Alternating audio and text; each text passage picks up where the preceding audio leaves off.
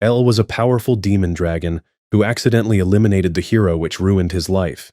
So he raised the hero's son, hoping that one day the boy would grow strong enough to take revenge on him. The story began when the demon lord wanted more territory, so he invaded the human realm, which caused mayhem.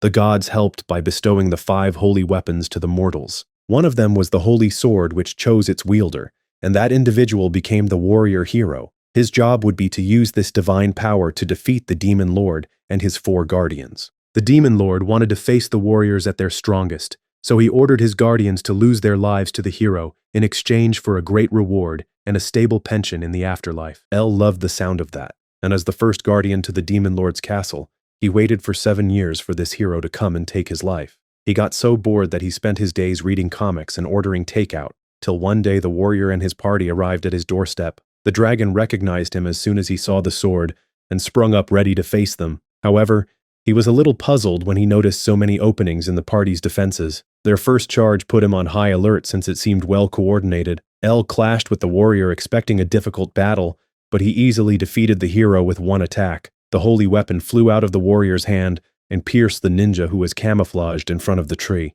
The ninja tried to retaliate by throwing a poison dagger, but he was blinded by the light from the Nameless Monk's healing spell. This caused the dagger to rather hit Nameless Monk, which ended his life and turned him into a skeleton instantly. El was confused when he was blamed.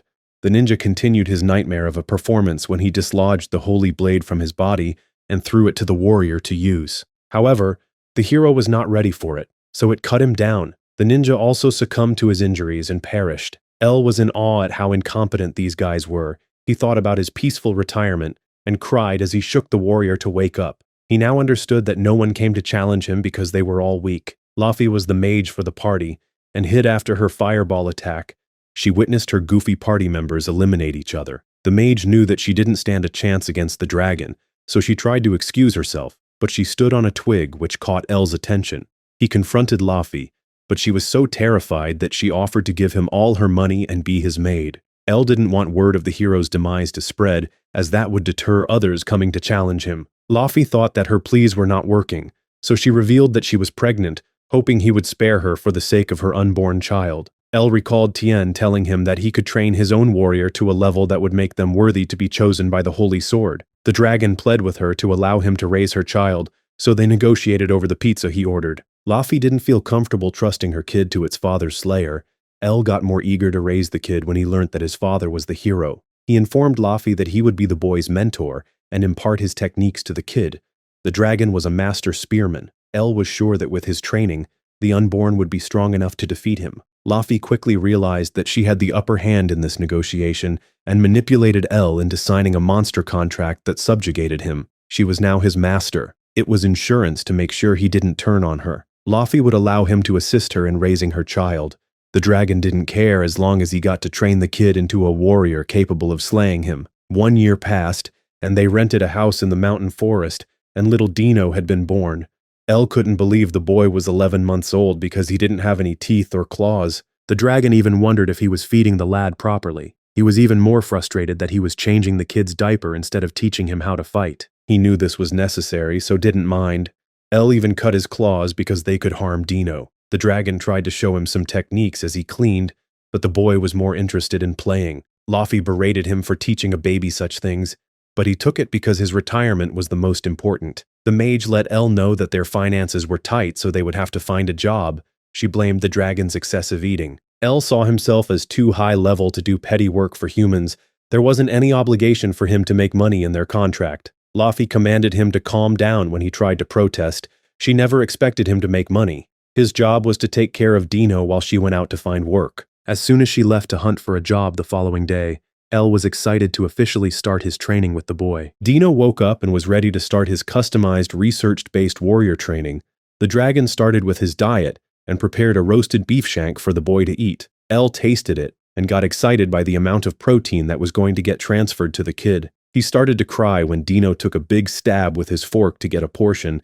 He could already envision the day the boy would grow to take him out. But his dreams were soon shattered when he realized that Dino didn't have the teeth to eat meat. The dragon just decided to stick to Laufey's meal plan of formula milk after all. During that interval, Laufey was in town and begun her job hunt by heading to the First Mages Guild. She was a little worried that Elle would be taking care of Dino every day if she got hired. She tried to calm herself down, but this was the first time she had left the two of them alone for a long period of time. She put those doubts to the back of her mind and went to her first interview. But the mother and child relationship between the interviewer and her pet bird reminded her of the son she had left at home. She couldn't stand the thought of what would happen to Dino if she was not around, so she jumped out of the window with a manic desire to see her boy. Laufey managed to compose herself so that she could return to her job search. She went to the next guild interview. She entered the master's office and found him making some coffee. The whole sight was confusing because he was too buff to be a mage. The guildmaster spilt the hot drink over Laufey when he shattered the cup due to overuse of strength enhancement magic. Upon closer inspection, his muscular arms reminded her of Elle's. The memories of all the time he lost control of his strength and broke things came flooding into her mind. She ran out the interview, panicked that the dragon would crush her son. She restored her calm again and made her final stop to Dr. Magiskull's guild. It was the last place looking for new recruits, so she was determined to succeed. Laufey entered Guildmaster Jose's office. The room was so bright because the sunlight was reflecting from his bald head. She instantly got -10 points when she mistook Jose for a monk and tried to save herself by calling his hairstyle cool. Jose was known as the cold-blooded mage, and he was a brutal interviewer. This was a tactic he used to sniff out weak candidates. He thought that anxious prospects lost their cool due to his glare, and Laufey was so frightened of him that she couldn't make eye contact. But little did he know that his bald head was distracting her. It was so shiny that the sunflower in his office preferred to turn to his head rather than face the sun. Jose wanted to know which type of magic she was better at. She snapped herself out of her trance and revealed that she was more proficient at healing magic. He was happy to hear this because they were lacking in that department. The guildmaster wanted a demonstration. He caused a small cut on his finger and told her to heal it. She gathered an impressive amount of energy, but the pollen from the sunflowers caused her to sneeze. She misfired her heal spell, and it hit Jose's head, causing his hair to regrow. The sunflower turned back to the window. Laufey apologized, thinking that she messed up. All the while, Elle moved on to the next chapter of his manual, which was getting Dino his warrior gear. He had a merchant make him some armor for the boy. He tested its flame and impact resistance, which was poor, so he threw it away. Elle made new armor for Dino out of his own. He remembered Laufey telling him to make sure that Dino's delicate skin was always protected, so he wrapped the boy in a padded suit before throwing the armor on. He then demonstrated a move for Dino to see, but it blew a hole in the ceiling, so Elle took him out and showed him the rising dragon spear technique. The boy also wanted to try the move but struggled to reach for his toy and ended up falling on his stomach. Elle noticed and rushed to help, but after picking Dino, he quickly removed his armor when he realized that the boy's temperature was high. The dragon never recalled being sick growing up, so he didn't know what to do. He ran toward the town shouting for help. Unfortunately, his calls through the forest caught the attention of Grandma Helga, a high-level demon hunter. Elle narrowly dodged her arrow. The old lady demanded the dragon give the child to her. Helga quickly realized that Elle was rather protecting the boy and asked him to follow her because she could help. The hostility between the two instantly disappeared.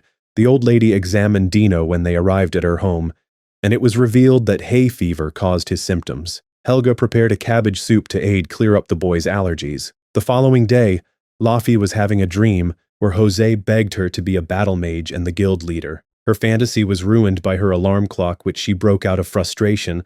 Her scream almost brought the house down. She overslept because she came home late the previous day. Elle brought her breakfast as she complained about being late on her first day of work. She was also sad because she wanted to be picked as a battle mage since they made more money. Laufey contemplated staying home, but Elle wanted her out of the house so that he could fix the hole that he made in the ceiling. His patchwork just fell when the mage slammed her mug on the table.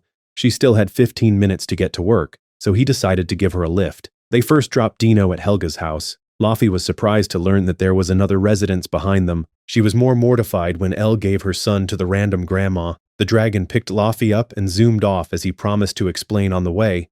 He told her how Helga diagnosed and treated Dino's hay fever. The dragon assured her that her son was in safe hands.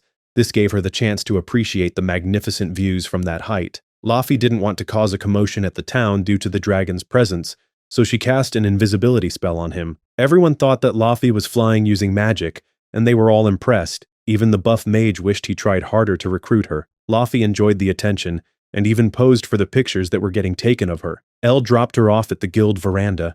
She vomited due to the motion, but waved for the dragon to leave before he got spotted. She hoped no one noticed that she was a few minutes late.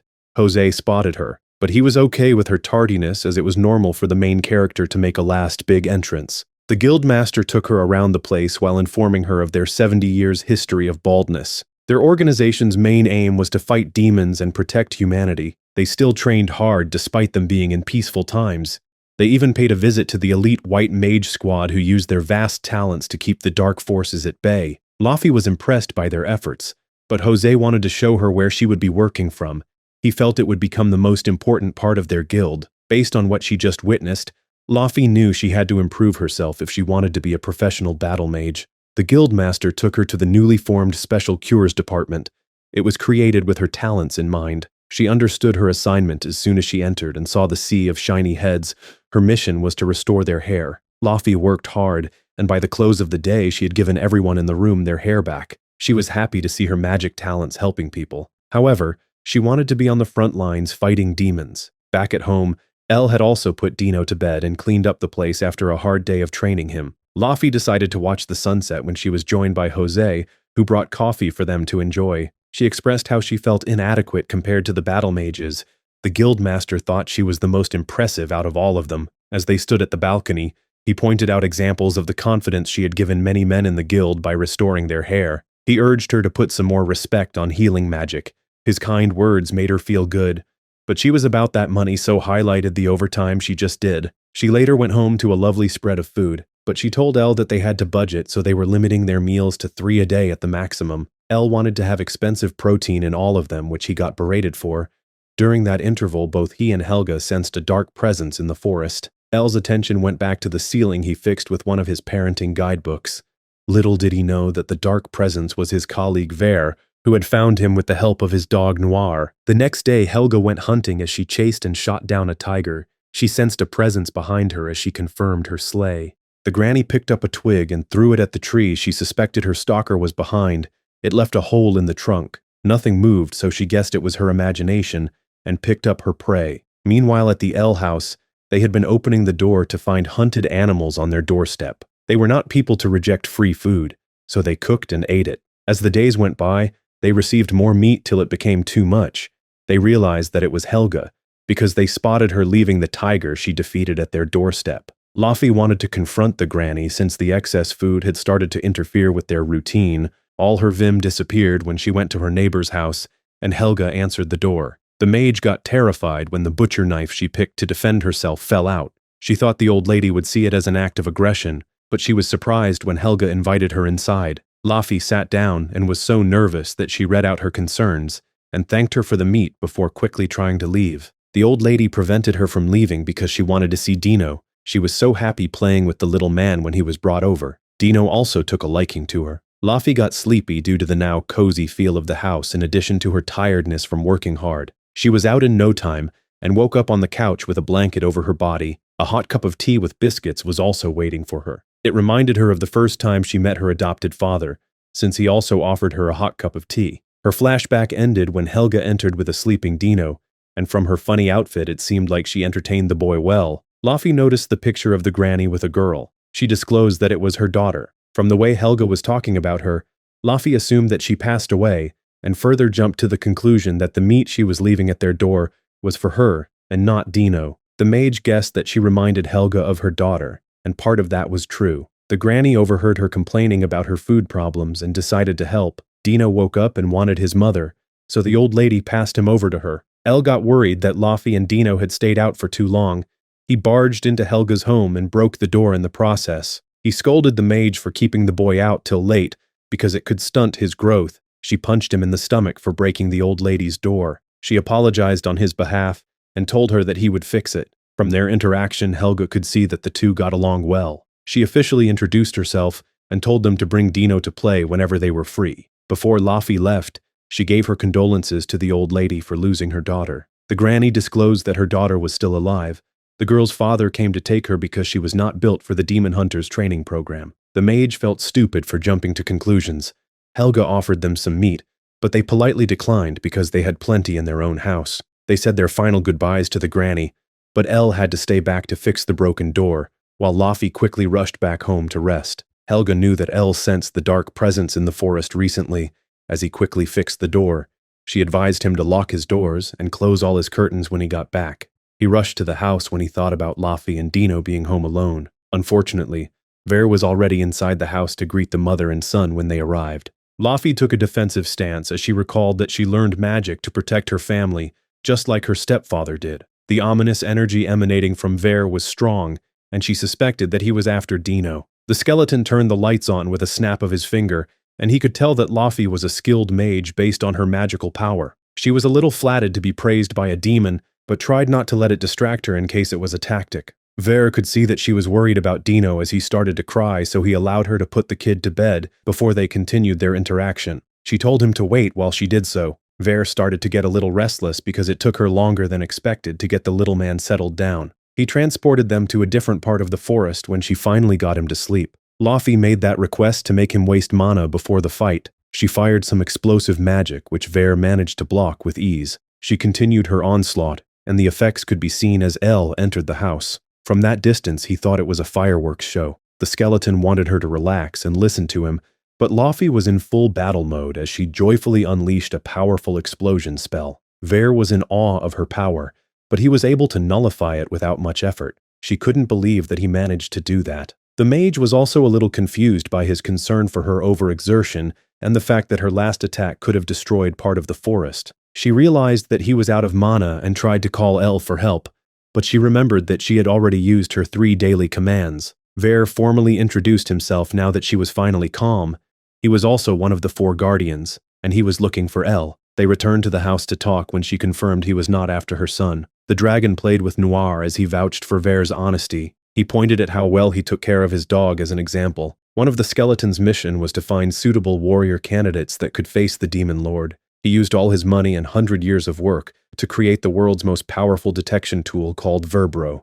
It was so advanced that it could analyze every person on the planet. However, it was destroyed when the demon lord wanted to surprise him with a new house for his hard work. The accident made him broke and homeless. He wanted Elle to take him in, but the dragon told him that he too was living under Laffy's roof. Ver turned his attention to the breadwinner and complimented her on her skills before asking for permission to stay for a while. He was even willing to do all the housework. Laffy loved that arrangement. The skeleton was stunned to see the holy weapon, and even more surprised when Elle wielded it because demons were not supposed to be able to touch it. The dragon disclosed that it was out of power.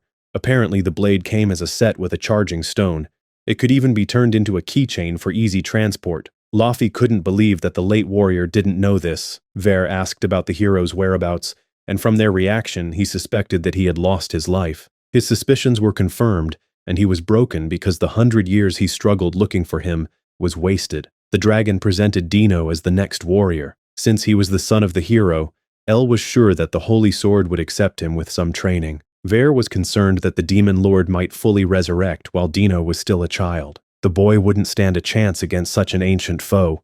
Elle didn't think the age difference mattered if he was trained well. Ver and Laffy were against his plan. Based on Laffy's interaction with the Guardians, she felt it would be better to solve the issue between the demons and humans through dialogue with the demon lord. Elle was still confident that Dino would grow to be a great warrior. Laffy got annoyed because she knew he was only doing all of this for his retirement. Ver wanted to stay in the house, so he agreed with Laffy, but he also offered to help train Dino. Ver recalled how the demon lord promised to restore his memories from before he became a lich if he found the warrior. Currently, he was the new housemaid, but he was a little annoyed at Elle for sleeping while he did the hard work, since they agreed to split the chores equally. The skeleton was further upset because Dino didn't look like someone who could defeat the demon lord. Ver just wanted his memories back. Laffy walked past him as he was having his moment, and met Helga at the door as she was leaving. The demon-hunting granny wanted to know why a lich was living with them. Ver quickly jumped out of the nearest window to hide when Laffy was about to introduce him. It's revealed that he was behind the tree that Helga threw the twig at. Her power was terrifying, which meant it was not a safe place for him to stay, so he decided to head out and find someone that was worthy of being the warrior. Ver teleported himself into town and took on a human form. His first stop was the Adventurers Guild to find someone strong enough to defeat the Demon Lord. The receptionist found his request amusing because they currently lived in a time of peace where warriors were not needed. The guy's tune changed when Ver threw a pouch full of coins on the table. The receptionist presented a book which had some promising candidates and outlined their various attributes. Ver was impressed and asked to meet them. The receptionist wanted to inspect the money, and he was not impressed with the old coins that filled the bag. He kicked the skeleton out for wasting his time. Fortunately, Ver wrote all the descriptions down. The first prospect was an undefeated swordsman. Naturally, he was always getting challenged, so finding him while he was in town was not difficult. A crowd gathered because someone new wanted to test his skills. The challenger attacked, but his blade was stopped by the literal chest of the champion, who disarmed him by flicking the weapon. The vibration knocked out the challenger. The fangirls started to go wild by the feat of strength they just witnessed. He began to take pictures and acted like a circus animal. Ver was not impressed by his showmanship and disqualified him. He next went to spy on the practice of the famous twin mages. At first it seemed like they had immense magical energy, but their destructive power was bad, so he moved on. Ver tracked his last target, who was doing some high-level training. He had most of the traits of an excellent warrior candidate. This caused the skeleton to turn into a superfan. His target spotted him and told him to come out. Ver used this as an opportunity to test his vanity by pretending to be a groupie. The guy rejected the attention but passed out because he was too timid. Ver was sad that he would never find someone worthy until he recalled his near-death experience when he was stalking Helga. He realized that she had the skills to be a match for the demon lord. He tracked her as she was surveying the area. Ver was surprised to see her burying the remains of some demons from long ago, so he decided to help her. It was revealed that the area was once a settlement where succubi and humans lived in peace. The place was destroyed when an evil plot of a particular somebody succeeded. The Lich found it difficult to believe that humans and demons could live happily.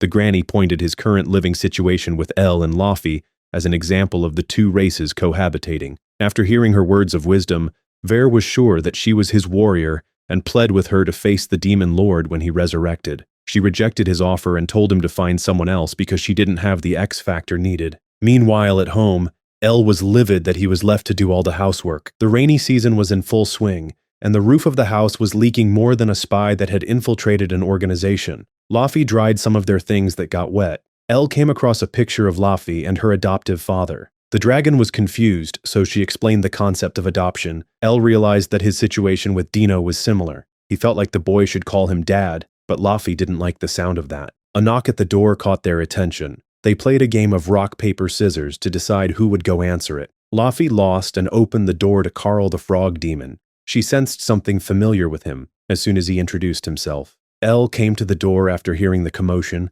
and was surprised to see his dad. They let Carl in, and as soon as he settled down, he showed Laufey a picture of El when he was a baby. He tracked down the dragon to give him some of his sweet potato harvest. The old-timer ranted a little because El moved without informing him of his new address. Carl was able to find them because of his dog Alba. She put out the word and Noir answered. Noir was infatuated with her, but she was not interested. Carl was happy to see that his son had started a family and commended Laufey for her efforts. The mage tried to politely let him know that he was mistaken. El got offended that his father would give her all the credit because he worked hard in the house. He suggested his dad stay for a couple of days so that he could see him in action. Carl agreed because it would give him the chance to pass down their family traditions on how to become a good dad. Carl got hyped to teach him, and El was excited to learn. The frog first highlighted how a good father made sure the living conditions of his family were adequate. El showed Carl around the house for him to inspect, but the leaking roof was the main problem. The skies cleared the following day, so El got to work fixing it. Helga delivered the lumber for him to do the repairs. Carl felt like he should have done this before the rainy season arrived, because it needed some serious work. Everyone had their reasons as to why they couldn't help him. They all relaxed and watched El demolish the old roof and put on a new one alone. Carl was concerned that El was getting domesticated in comparison to his ancestors. Laufey assured him that his son was still a savage who used his crazy strength to move the furniture while he cleaned. The frog preferred El to do the harder jobs like hunting, logging, and being the breadwinner. The mage stated that her healing job paid very well, and it was not too strenuous. Helga does all their logging and hunting since she's always in the forest. She further pointed out how much Dino loves El because he is such a good caregiver. Ver affirmed all her words and stated that most of the work around the house was completed these days by the dragon. El interrupted their conversation to tell them that he had finished building the roof. The only thing that was left was the painting. They were all impressed with his handiwork and joined him to paint it. By the close of the day, Carl had seen enough to give his approval. He had to leave because he didn't want to miss the annual Dragon Clan's seniors road trip. Ver helped him get home faster, using his teleportation magic, and Noir still couldn't get Alba to fall for him. It started to rain again later that night, but this time there were no leaks. Laufey contemplated if she could consider El as family. One day, everyone at the house gathered around Dino in confusion because they thought they heard him say Papa. The boy didn't repeat himself, so they went their separate ways, until he made another sound which caused the trio to turn in shock, and Elle rushed over confident that the boy called him Papa. On the other hand, Laufey was not confident at all, and felt like her son was just making random noises. She also made it clear that Dino wouldn't be a warrior, but live his life as a normal citizen. The dragon reminded her of the contract for him to raise Dino as the next hero. Laufey let him know that per the agreement she got the final say on her son's future.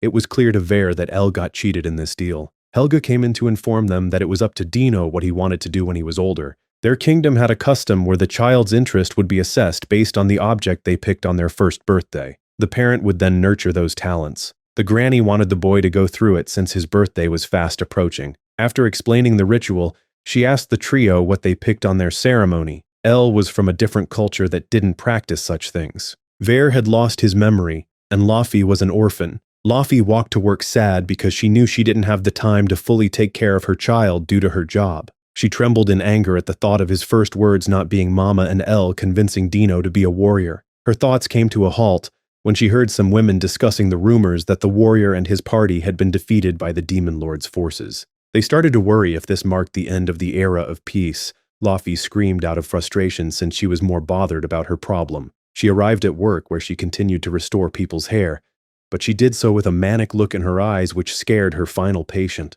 Jose was giving the guild masters from the other guilds a tour of their operation.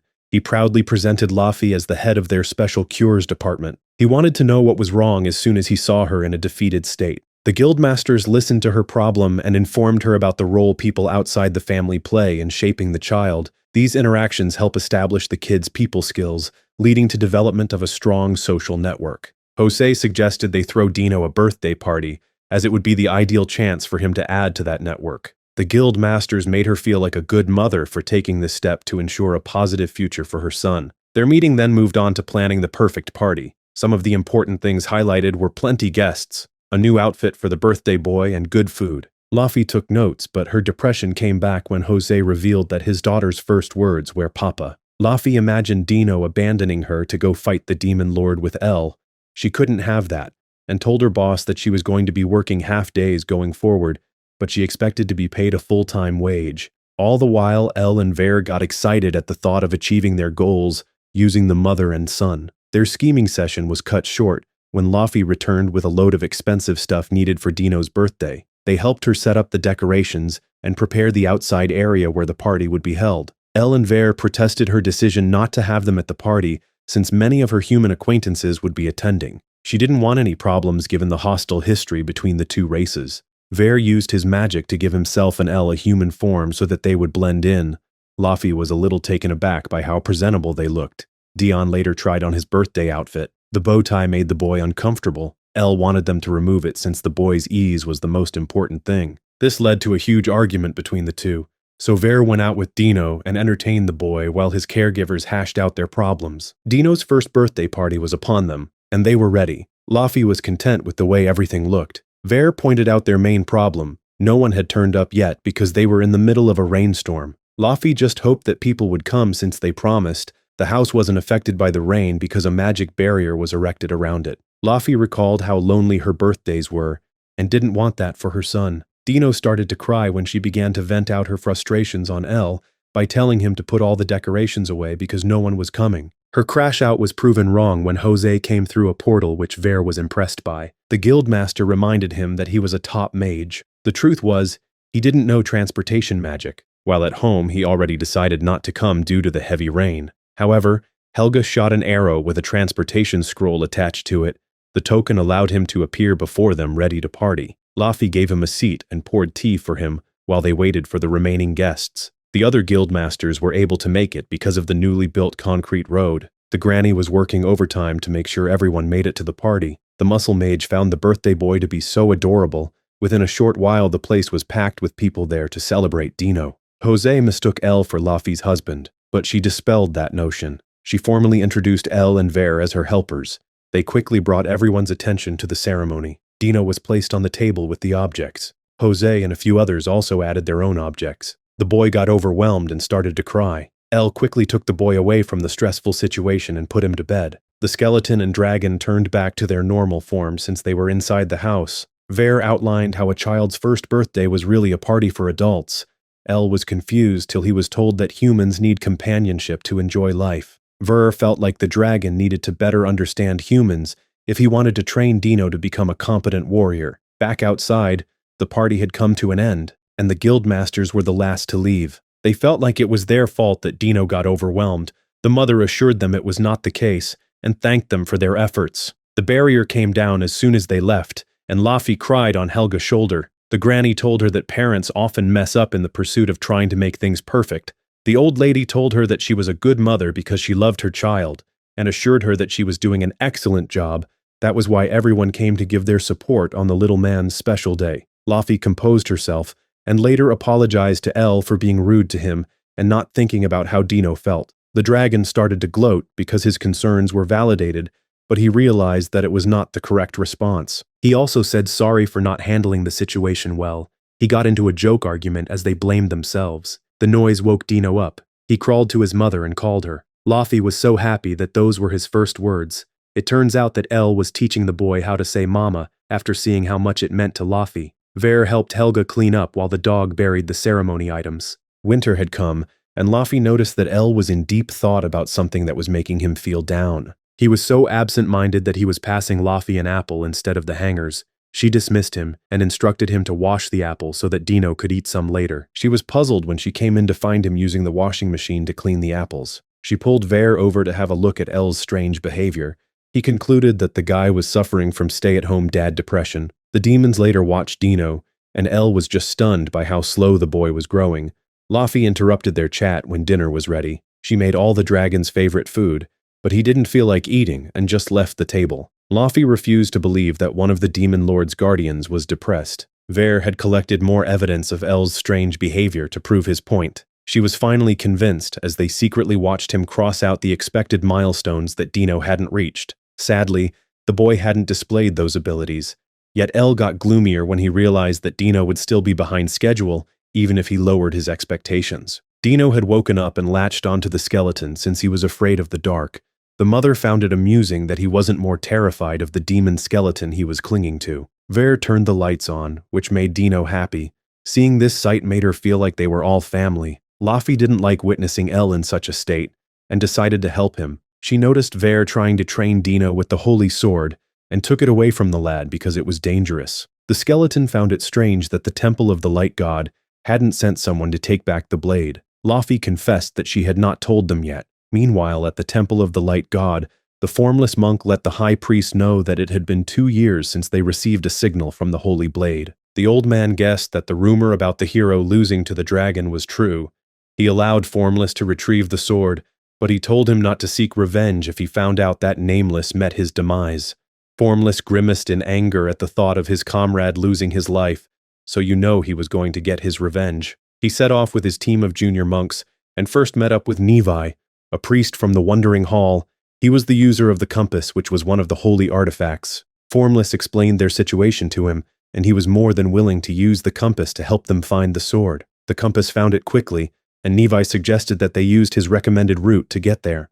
Formless regretted that decision because the priest sent them through the most picturesque path, which also happened to be the longest and most difficult. They eventually arrived at the first pass to the Demon Lord's castle, only to find it abandoned. The junior monks assumed that the warriors' party defeated the dragon and proceeded forward. Their hopes were crushed when Nevi informed them that the sword was in the opposite direction. The formless monk was shocked when they found his colleague's grave. He recalled trying to dissuade him from joining the hero's party because Nameless was too old and weak, but the guy wanted to fulfill his duty as an elder. Presently, Formless was trembling with anger and just wanted to know where the blade was. The monks located the house in no time and entered. The juniors searched the home and confirmed that it was empty. One of them recovered the sword, which was hung up like a decoration.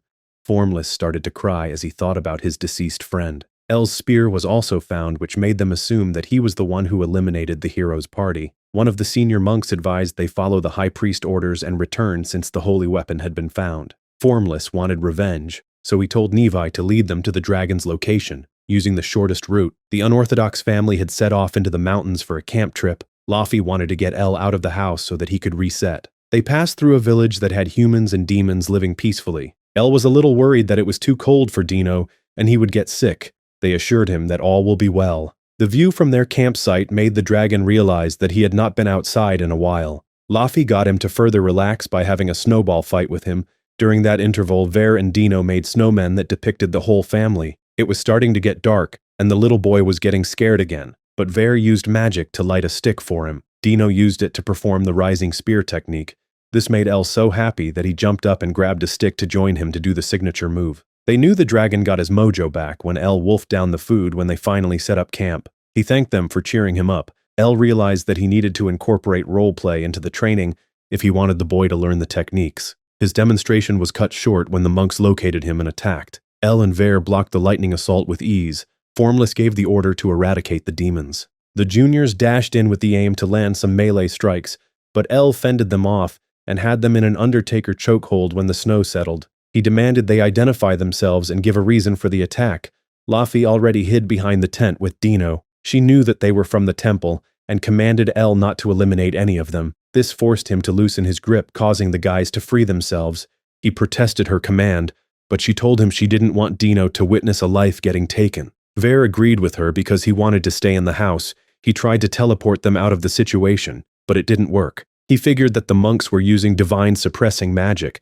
The family were stunned when the monk whipped out the divine sword along with the stone. The senior used it to create a barrier that blocked out the demon lord's power within it. Formless made it clear that he was doing this for revenge.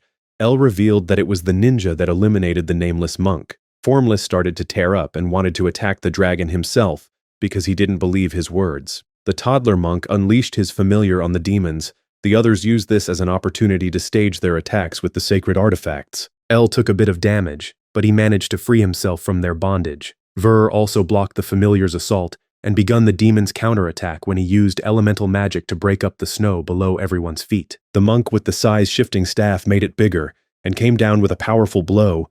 El stopped it with his bare hands. He recalled what the demon lord would do to their souls if they got defeated by anyone other than the warrior. He didn't want that to happen to him, so he bulked up and started to push the attack back. The monk increased the pressure and swatted the dragon down. The large volume of snow washed away the camp. The monks were stunned to see Laffy and Dino hiding, and they assumed that the demons captured them. The mage was not impressed when they promised to save her. Dino started to cry when he saw the destruction of their camp. Laffy saw this as the perfect chance to get rid of the demons who wanted her son to challenge the demon lord. She commanded El to attack her so that the dragon looked like the bad guy.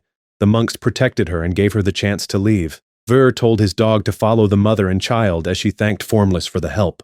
Memories of all the good times they spent together flashed in her mind as Laffy told herself that this was the correct decision. El just stood there shielding himself from the volley of attacks that came his way. The power welled up inside of him as he got angry that Laffy took Dino away from him. He called all humans frauds and tried his best to eliminate the monks, but the command prevented him. Ver calmed him down by reminding him that everything they did was for the demon lord, which included raising Dino. He teamed up with Ver now that he was back to normal. The skeleton froze the juniors after gathering them on top of the staff. He hinted to El to use the giant rod like a spear.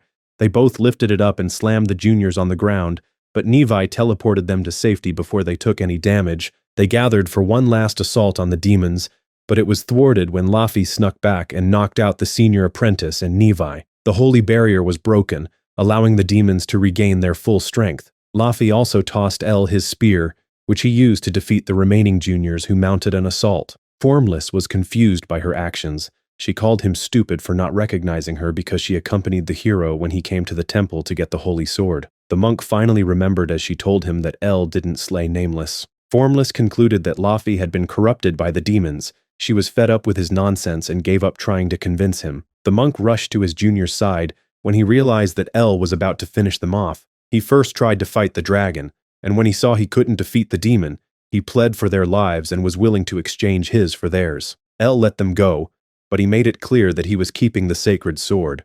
The dragon encouraged them to attack again when they got stronger. He would be there to face them as the first of the 4 guardians. As they made their way home, El wanted to know why Laffy came back. Dino saw the dragon as his dad, so she couldn't let him lose another father. It's revealed that Laffy grew up in a town where humans and demons coexisted. Her foster dad lost his life protecting it. She now understood how he felt because she saw El and Ver as family. She released the dragon from his contract so that they could start anew. He shook her hand and accepted the fresh arrangement. They also marked this by moving out of the forest house to live in a town. Laufey's department had become the biggest revenue generator for the guild, meaning she could afford a nicer place. The Odd family said their goodbyes to Helga, who didn't want them to go. Drop a comment below and don't forget to like and subscribe. Okay.